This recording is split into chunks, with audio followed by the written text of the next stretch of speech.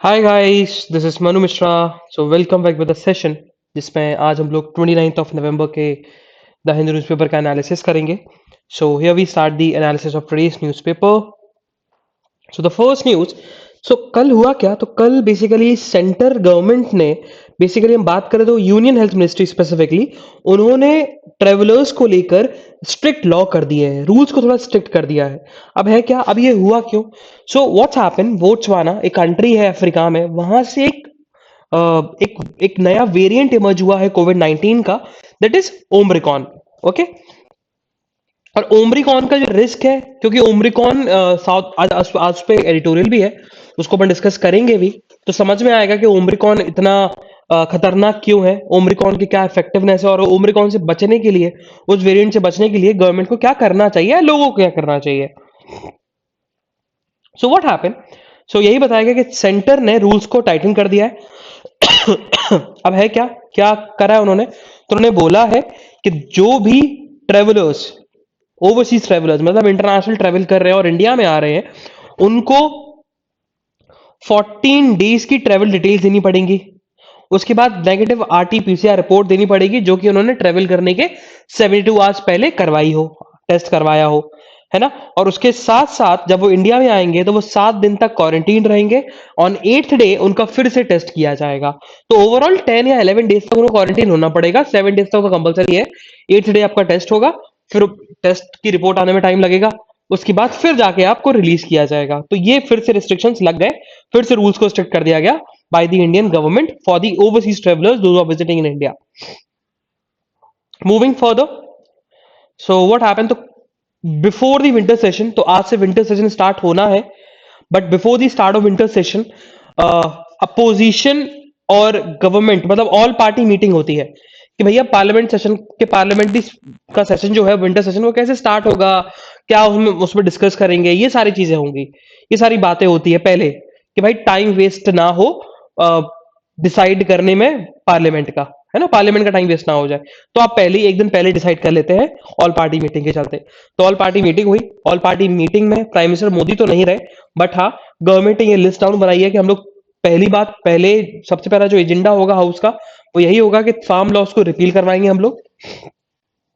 पहला, उन्होंने बोला कि देखो, हाँ देखा जाए तो कुछ फार्मर्स ही प्रोटेस्ट कर रहे हैं, बाकी कुछ फार्मर्स को फर्क नहीं पड़ रहा, लेकिन हम लोग ये देख रहे हैं कि 75th ईयर ऑफ इंडिपेंडेंस है, तो हम सब चाहते हैं कि सब लोग इकट्ठे रहे, इंक्लूसिव ग्रोथ और डेवलपमेंट दिखे। तो इसके लिए हम 3 फार्म लॉस को वापस ले रहे हैं। ये पहला उनका काम होगा, ये इस बात पर डिस्कशन हो चुका है।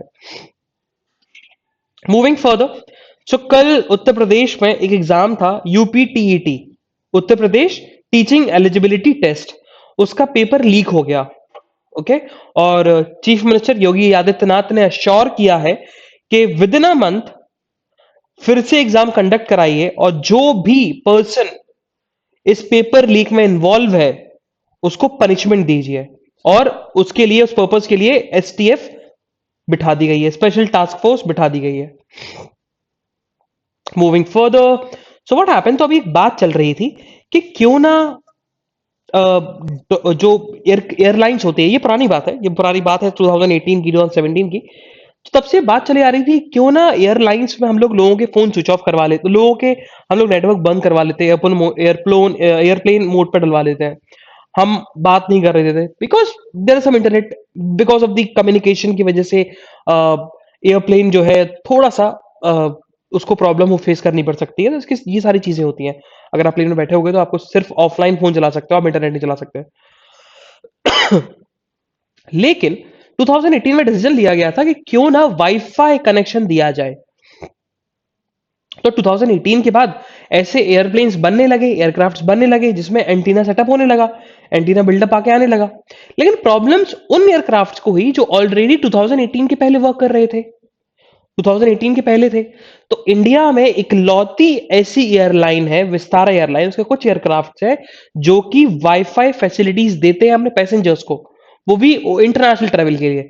डोमेस्टिक ट्रेवल में कोई भी फ्लाइट नहीं है जहां पर वाईफाई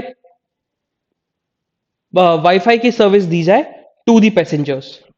उसी को लेकर बोला गया कि जो वाईफाई है, इन फ्लाइट वाईफाई है, वो डेड जोन जा चुका है इंडिया में, बिकॉज क्योंकि जो पुरानी एयरक्राफ्ट हैं उसमें 3 या 4 करोड़ रुपए लगेगा एंटीना लगवाने में, एक एयरक्राफ्ट लगवाने में।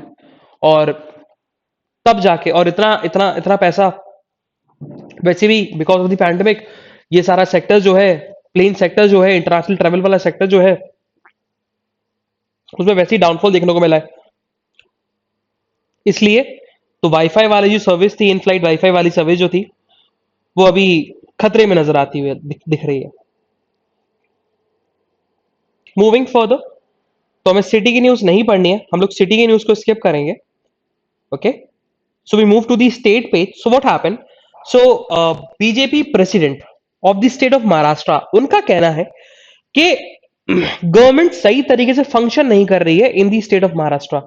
अब ऐसा क्यों बोला उन्होंने, उसका रीजन ये है क्योंकि उन्होंने बताया कि उद्धव ठाकरे जो कि चीफ मिनिस्टर है, वो 10 वो अराउंड 10 to 20 डेज से वो वर्चुअली फंक्शन कर रहे हैं, क्योंकि उनका कुछ सर्जरी करवाई गई, स्पाइन की सर्जरी है, जिसके चलते वो लोग वो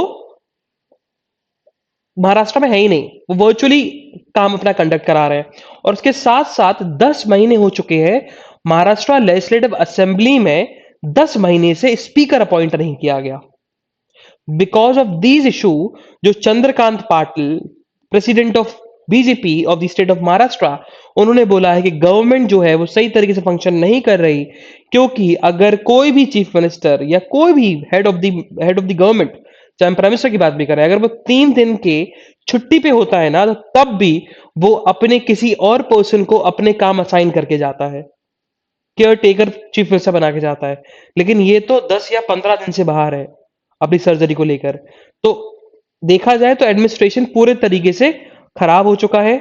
और उसका एक और रीजन दिख रहा है क्योंकि स्पीकर भी 10 महीने से अपॉइंट नहीं किया गया, तो गवर्नमेंट सही तरीके से फंक्शन नहीं कर रही, यही बीजेपी अपोजिशन का कहना है। Moving further towards the next editorial, and that is about the NFSA, national food security act. तो नेशनल फूड सिक्योरिटी एक्ट में ये एक्ट है, तो बेसिकली बोलता है कि जो लोग हैं, गरीब लोग हैं, उन लोगों को ये फ्री फूड ग्रेन सप्लाई करेगा अंडर दिस स्कीम। बट देखा गया तो बहुत सारे जो एलिजिबल कैंडिडेट्स होते हैं वो छूट जाते हैं। अब एलिजिबल कैंडिडेट छूट जाते हैं, कैसे छूट जाते हैं कि भाई उनको इंक्लूड ही नहीं किया गया, उनको भूल गए, या फिर उस स्कीम के अंदर उनको ऐड ही नहीं किया गया, उनका नाम ऐड नहीं किया गया, उनके फैमिली मेंबर्स का नाम ऐड नहीं किया गया, राशन कार्ड नहीं बना हो।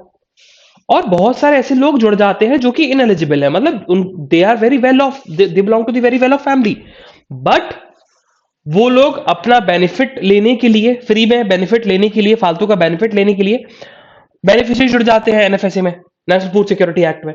तो उसी चीज को लेकर राजस्थान गवर्नमेंट ने डिसाइड किया है कि वो लोग एक्सरसाइज करेंगे, उस एक्सरसाइज के चलते जो भी इन एलिजिबल बेनिफिशियरीज होंगे उनको एनएफएसए की लिस्ट से बाहर निकाल दिया जाएगा, और जो भी एलिजिबल कैंडिडेट्स होंगे, उनको बेनिफिशियरीज होंगे, उनको लिस्ट डाउन कर दिया जाएगा नेशनल फूड सिक्योरिटी एक्ट की लिस्ट में।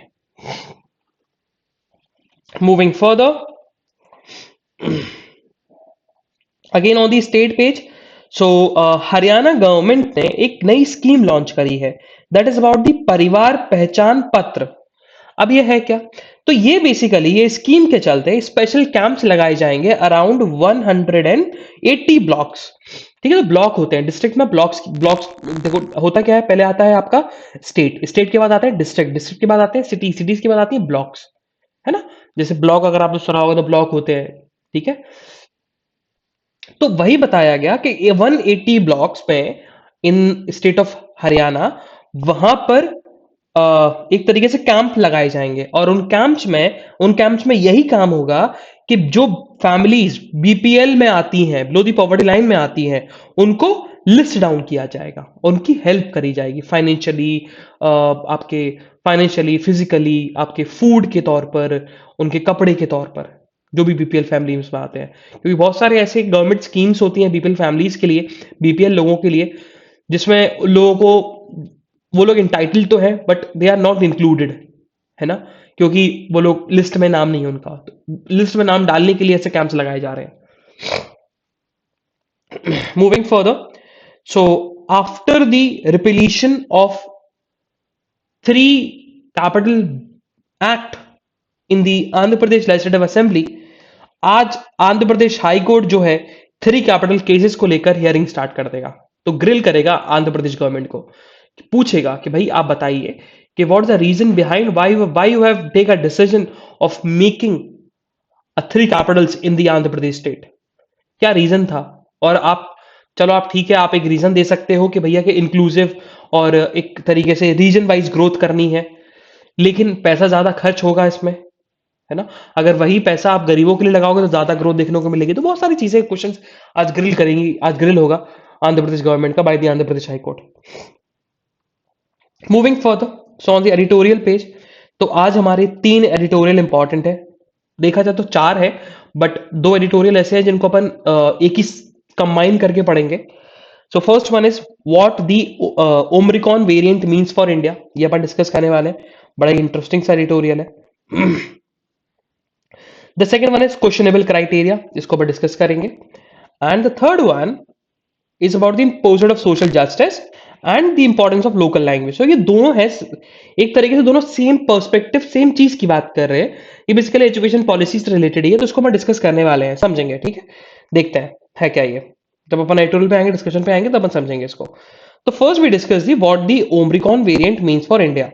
तो देखो, सबसे पहले ऑथर ने स्टार्ट जो किया, उन्होंने बताया कि देखो, जब कोविड 19 की सेकेंड वेव आई थी, उसके बाद केसेस डिक्लाइन होना स्टार्ट हो गए और नॉर्मलसी आने लगी, है ना? नॉर्मलसी हमको दिखने लगी कि भाई नॉर्मलसी जो है अब कंट्री में आ जाएगी। फेस्टिव सीजन आया, और फेस्टिव सीजन में ऐसे कोई रिजिड स्टेप नहीं लिए गए, लेकिन हाँ ऐसे रिस्ट्रिक्शंस लगाए गए जिससे पब्लिक गैदरिंग ना हो और चीजें नॉर्मल रहे, है ना? देन ऑथर ने फिर बताया कि अभी सिचुएशन क्या है। अगर हम अभी की सिचुएशन की बात करें तो अभी की सिचुएशन क्या है, तो उन्होंने बताया कि देखो, अभी की सिचुएशन की हम बात करें तो इंडिया में केसेस कम दिखने को दिख रहे हैं, कम आ रहे हैं कोविड 19 के as comparison to the European countries. अब because of the two factors, तो पहला फैक्टर उन्होंने बताया कि ऐसे सेरो सर्वेस करवाए गए, और सेरो सर्वेस में बताया गया कि मेजोरिटी ऑफ द पॉपुलेशन जो है वो ऑलरेडी वायरस के मेजोरिटी ऑफ द पॉपुलेशन जो है वायरस से एक्सपोज हो चुकी है, तो हर्ड इम्यूनिटी आ चुकी है। और दूसरा जो है रीजन वो ये है because of the vaccination, immunization camp, क्योंकि 44% ऑफ द इंडियन एडल्ट जो है वो फुली वैक्सीनेटेड है, और 82% ऑफ द एडल्ट जो है वो सिंगल डोज उनको रिसीव हो चुका है, ठीक है? उसके बाद उन्होंने बताया कि देखा जाए तो वैक्सीन ड्रिवन प्रोटेक्शन जो है वो सिम्टोमेटिक इन्फेक्शन के अगेंस्ट भी काम कर रहा है, ओके? देन ऑथर ने बताया कि WHO क्या बोल रहा है, WHO को बोलने का क्या मतलब है। और ऑथर ने इस चीज में, इस सिचुएशन नाउ में एक चीज और बोली कि जो अगर देखा जाए तो अभी तक सबसे खतरनाक जो वेरिएंट देखने को मिला वो डेल्टा वेरिएंट देखने को मिला, और डेल्टा वेरिएंट पर भी वैक्सीनेशन इफेक्टिव है, कोवैक्सीन और कोविशील्ड दोनों इफेक्टिव है, ये देखने को मिला हमें, ठीक है? और अभी तक इतने इंडिया में इतने केस देखने को नहीं मिल रहा, बल्कि डेल्टा वेरिएंट तो इंडिया में ज्यादा केस देखने को मिले थे। देन अब ऑथर आगे बढ़े, बोले कि व्हाट WHO सेज। तो इसमें ऑथर ने बताया कि देखो, देखा जाए तो एक नया वेरिएंट आया कोविड 19 का, बोट्सवाना में आइडेंटिफाई हुआ था पहली बार। उसका नाम दिया गया क्या? Omicron variant. और ओमरिकॉन वेरिएंट की हम बात करें तो ओमरिकॉन वेरिएंट जो है वो बोट्सवाना से स्टार्ट हुआ, और साउथ अफ्रीका के गोतांग प्रोविंस में ये किसी केसेस बहुत ज्यादा देखने को मिल गए। जितने भी सैंपल कलेक्ट किए गए पिछले हफ्तों में, कुछ हफ्तों में, उसमें से 90% ऑफ द सैंपल जो है वो ओमरिकॉन वेरिएंट के देखने को मिले, और ये वेरिएंट उसके म्यूटेशन ज्यादा है। तो ऑथर ने बताया कि that's a serious concern because देखा जाए तो even giving the vaccine, even after the immunization, ये वेरिएंट लोगों को अफेक्ट कर रहा है, लोगों को कंडीशंस में लेके आ रहा है, हेल्थ, वर्स्ट हेल्थ कंडीशंस में लेके आ रहा है, इवन दो वो लोग वैक्सीनेटेड हो चुके हैं इसके बाद भी। तो उसी को लेकर ऑथर ने फिर आगे बताया कि देखा जाए तो अब क्वेश्चन जो उठता है वो यही उठता है कि ये वेरिएंट इमर्ज कैसे हुआ, ये वेरिएंट आया कैसे? सबसे पहला क्वेश्चन तो यही है। तो ऑथर ने बताया कि देखो, हमें बहुत कम पता है ओमिक्रॉन वेरिएंट के बारे में, है ना? लेकिन जब हम साइंस की बात करते हैं, साइंटिफिक बात करते हैं, तो कोई भी चीज म्यूटेट होती रहती है, लेकिन म्यूटेट तब होती है जब किसी पर्सन में वो वायरस जाए। क्योंकि देखो, कोविड 19 मेरे बॉडी में गया, मेरे बॉडी में वो म्यूटेशन करने लगे, तो नया वेरिएंट इमर्ज हो जाता है। लेकिन म्यूटेशन तब करेगा जब मेरे अंदर कुछ और बीमारी हो। तो उन्होंने एग्जाम्पल दिया, अगर कोविड-19 किसी एज के पर्सन को हुआ होगा, उसकी इम्यूनिटी बहुत ज्यादा कमजोर होगी, और इम्यूनिटी जब कमजोर होगी तभी तो वायरस म्यूटेट होगा, उसका म्यूटेशन स्टार्ट हो जाएगा। अगर मेरा इम्यून सिस्टम अच्छा होगा तो वायरस तो वैसे ही खत्म हो जाएगा, इम्यून सिस्टम मेरा लड़ लेगा उस वायरस से, वायरस डेड हो जाएगा। बट अगर मेरा इम्यून सिस्टम बहुत कमजोर होगा, फाइट करने लायक नहीं होगा उस वायरस से, तो मेरा जो वायरस है कोविड-19 वो म्यूटेशन बनाता रहेगा, है ना। तो जब म्यूटेशन बनता रहेगा तो एक नया वेरिएंट इमर्ज होगा। और हो सकता है, क्योंकि south Africa is a country जहां पर बहुत सारे एड्स के पेशेंट्स हैं, और साउथ अफ्रीका में 25% ऑफ द पॉपुलेशन जो है वो वैक्सीनेट हुई है। और अराउंड वर्ल्ड में 60 कंट्रीज है जहां पर 20% ऑफ द पॉपुलेशन से भी कम लोग वैक्सीनेट हुए हैं, उसमें से साउथ अफ्रीका भी है। ये चीज ऑथर ने बताया। फिर फाइनली ऑथर ने यही बोला है कि देखा जाए एक ही तरीका है इस चीज से बचने के लिए, वो है वैक्सीनेशन। वैक्सीनेशन को जितना प्रमोट कर सके उतना प्रमोट करिए, वैक्सीनेशन जितना लगवा सके उतना ही वैक्सीनेशन करवाओ, है ना। तो only best option what public had to reduce the cases number is vaccination.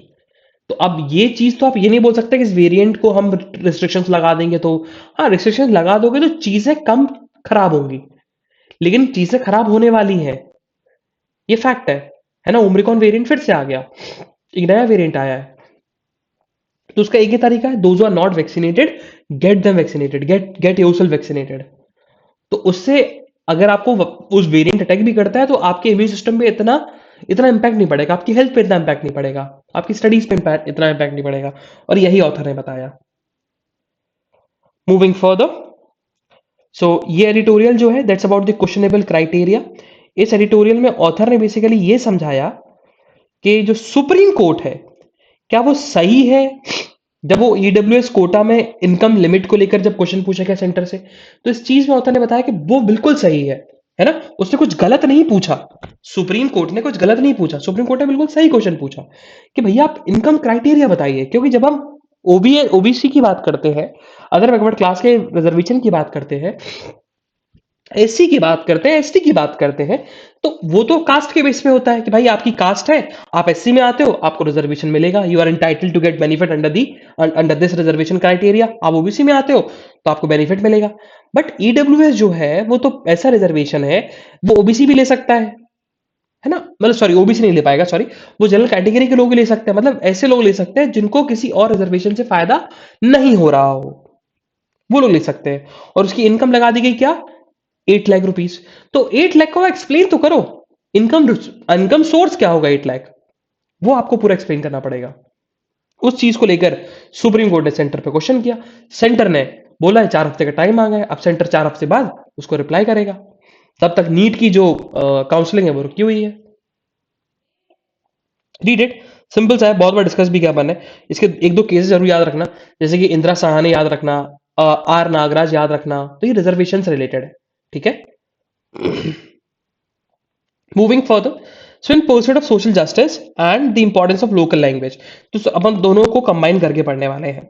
देखो, तो अभी तमिलनाडु गवर्नमेंट ने एक नई बेसिकली हम बोल सकते हैं एक नया प्रोग्राम लॉन्च किया, जो लर्निंग गैप हो गया है स्कूल चिल्ड्रंस के बीच में बिकॉज ऑफ द पैंडमिक। क्योंकि पैंडमिक में वो बच्चों के लिए तो फ्रूटफुल रहा जिनके पास पैसा है, जिनके पास गैजेट्स थे, जिनके पास ऑनलाइन एजुकेशन अफोर्ड कर सकते थे, देखा जाए जिनका पोर्शन माइनॉरिटी में आता है, जिनका पोर्शन सिर्फ सिंगल डिजिट में होगा या डबल डिजिट में होगा, बिलो द 20% होगा। But majority of the population, around 80% of the population, 80% of the school childrens, वो तो उनकी पढ़ाई में गैप आया है। तो इसको लेकर तमिलनाडु गवर्नमेंट ने एक स्कीम लॉन्च करी जिसका नाम है, तमिल में ही नाम दिया उन्होंने, इलम टेडी कल्वी, जिसको हम इंग्लिश में अगर ट्रांसलेट करें तो education at the door steps. मतलब आपको घर जाके उन बच्चों को पढ़ाया जाएगा, है ना। जैसे कि दिल्ली गवर्नमेंट और वेस्ट बंगाल गवर्नमेंट की स्कीम आई थी ना कि आपको राशन घर पे मिलेगा, डोर स्टेप पे मिलेगा। अब ये स्कीम स्कूल के बच्चों को एजुकेशन घर पे ही मिलेगी, ये स्कीम लेके आया है, जिसके चलते जो गैप, एजुकेशन गैप जो आ गया है because of the pandemic, learning gap जो देखने को मिला because of the pandemic among the school childrens, वो गैप फिल अप हो जाए। लेकिन इसको मिक्स्ड रिव्यू मिल रहा है, देखो देखने में ये अच्छी लग रही है बट इसको मिक्स्ड रिव्यू मिल रहा है। अब ऑथर का बताया कि मिक्स्ड रिव्यू क्यों मिल रहे हैं, क्योंकि बहुत सारे लोगों का कहना तो ये है, पॉजिटिविटी देखने को, पॉजिटिविटी तो हमें समझ में आ रही है भाई, लर्निंग गैप जो है वो कम हो जाएगा, इनइक्वालिटी कम हो जाएगी, है ना, इक्विटी पे हम लोग काम कर रहे हैं। लेकिन ये कम्युनल फेज भी ले सकता है, कम्युनल टर्न भी ले सकता है, क्योंकि ऐसे टीचर्स भी होंगे जो बेसिकली गलत भी पढ़ाएंगे, है ना, हेटरेट पढ़ा देंगे बच्चों को, और ऐसी एज में अगर आप उनको पढ़ा दोगे तो उनका माइंडसेट वैसा ही बन जाएगा। तभी ऑथर का ये कहना है कि this scheme can take a communal turn. हो सकता है कि भाई डीएमके गवर्नमेंट लेके आई तो डीएमके गवर्नमेंट उन बच्चों को अपने डीएमके के बारे में ही पढ़ाए, एआईडीएमके अपोजिशन के बारे में गलत गलत पढ़ा दे, जयललिता के बारे में गलत पढ़ा दे, हो सकता है, तो it can take a communal turn because of this, this scheme या this programme is getting a mixed review. Moving further, अच्छा ये वाला जो है the importance of local language, तो यही बताया गया, जैसे अभी महाराष्ट्र में आया था, पायलट प्रोजेक्ट स्टार्ट किया गया, बाइलिंगुअल करिकुलम स्टार्ट कर दिया गया, अब कर्नाटका में भी स्टार्ट कर रहे हैं, तो उसी को चीज को लेकर है कि लोकल लैंग्वेज में पढ़ाना सही चीज है या गलत चीज है। तो ऑथर का यही कहना है कि भाई अच्छी चीज है लोकल लैंग्वेज में पढ़ाना, अगर लोकल लैंग्वेज बच्चों का पहले ही से पढ़ाते ना तो वो ज्यादा इफेक्टिव होता, ज्यादा एफिशिएंट होता बच्चा वो किसी भी फील्ड में, उसी को लेकर है, तो रीड इट, सिंपल सा है। Moving further on the national news, so कल प्राइम मिनिस्टर मोदी ने मन की बात में एक बात बोली है कि जो इंडिया है वो इंडिया टर्न हो चुका है into a nation of job creator, not of a job seeker, है ना, यहां पर लोग अब जॉब ढूंढते नहीं है बल्कि जॉब देते हैं। तो ये चीज बताया गया, तो उन्होंने बेसिकली अर्ज किया है और हेल किया है कि भाई लोग स्टार्टअप को, अर्ज किया कि लोग स्टार्टअप को और स्टार्ट करें, और हेल किया कि इंडिया में स्टार्टअप जो है बहुत ज्यादा स्टार्ट हो रहे हैं, जिससे ग्लोबल प्रॉब्लम जो है वो रिजॉल्व हो रही है बहुत जल्दी जल्दी। मूविंग फर्दर, हमारे होम मिनिस्टर और कोऑपरेशन मिनिस्टर जो है अमित शाह, उन्होंने बोला है कि कोऑपरेटिव मॉडल जो है वो इंडिया के लिए बेस्ट सूटेड है, जिससे इंक्लूसिव डेवलपमेंट देखने को मिलेगा, ये कंफर्म है। Moving further again on the national news, so section 144, section 144 का मतलब होता है आपका कर्फ्यू, वो इम्पोज हो चुका है in the city of Mathura. Reason being क्योंकि कुछ राइट विंग के लोगों ने, हिंदू राइट विंग के लोगों ने ऐसा बोला है कि ऑन ऑन डिसम्बर, ऑन 6 दिसंबर, एक वहां पर भी डिस्प्यूटेड एरिया है, मथुरा में डिस्प्यूटेड एरिया है, वहां पर मंदिर और दरगाह और मस्जिद बगल बगल में बनी हुई है, तो वहां पर मस्जिद में आके वो लोग आइडल, मतलब एक हिंदू आइडल को सेटअप करेंगे। तो बिकॉज ऑफ दिस जो एडमिनिस्ट्रेशन है वहां का, उन्होंने सेक्शन 144 लगा दिया गया है, मथुरा में इम्पोज कर दिया है।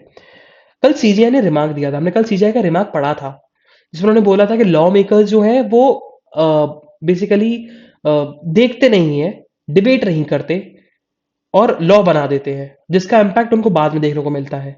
तो राज्यसभा के बहुत सारे लीडर्स जो है उन्होंने सीजीआई के रिमार्क्स में अनोइंस दिखाया कि भाई इन्होंने गलत बोला, ऐसा नहीं बोलना चाहिए था। बोला तो उन्होंने सही चीज है, बट अब उनको टारगेट किया तो राज्यसभा के लीडर्स जो है उन्होंने बोला कि भाई ये गलत है।